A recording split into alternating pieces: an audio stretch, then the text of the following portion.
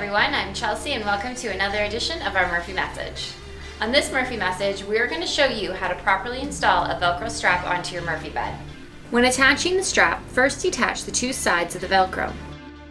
The Velcro will be attached to the foot end of the bed, approximately 4 screw holes in from the end. Have the rough part of the strap facing up and the soft side facing down. Using the washer and screw provided, screw the Velcro into the frame. Make sure you have a firm hold on the strap to prevent it from twisting up.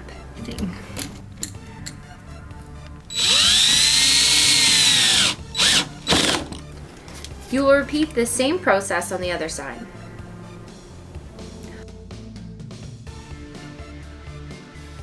Once the mattress is put in place, you can strap it down with the Velcro.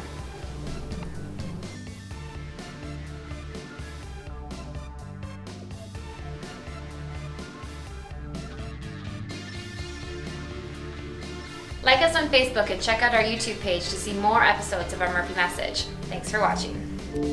Murphy Beds. Turn your small space into a smart space.